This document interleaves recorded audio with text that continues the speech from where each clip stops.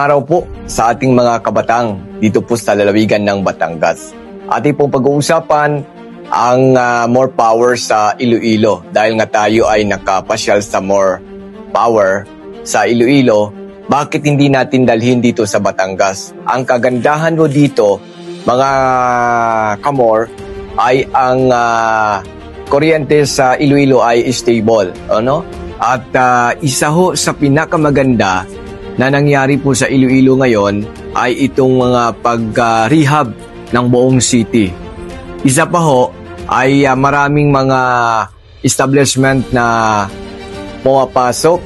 Una ho dito ang itong mga BPOs, itong mga mall, hotel, restaurant, manufacturing, at iba pang mga investors o trabaho sa Iloilo. Ito po ang pakikinabang ng mga Ilonggo na maraming trabaho.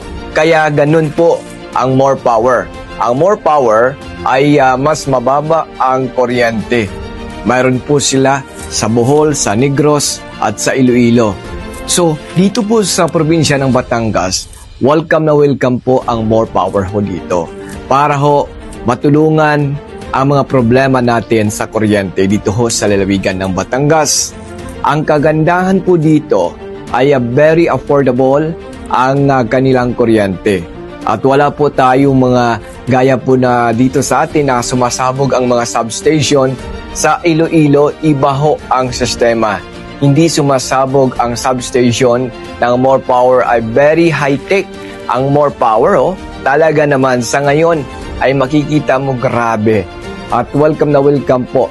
Dahil nga progreso ang Iloilo, maraming investors na pumapasok dito sa Iloilo. Kaya nga ho, kung nagagawa ninyo yan sa Iloilo, pwede namin yan gawin ho dito sa Batangas. Pag nandito na ho ang more power. Ang more power ay handang tumulong sa atin para maging stable ang ating kuryente at hindi ho tayo papatay-patay, hindi ho tayo pa-brownout, hindi pa sakit ang brownout na dinadanas ng ating mga negosyante dito sa probinsya ng Batangas. So, hindi na ho mahirap ang more power kausap at mabilis ang aksyon, ang more power pagdating sa serbisyo ng kuryente sa ating lalawigan dinhi sa Batangas.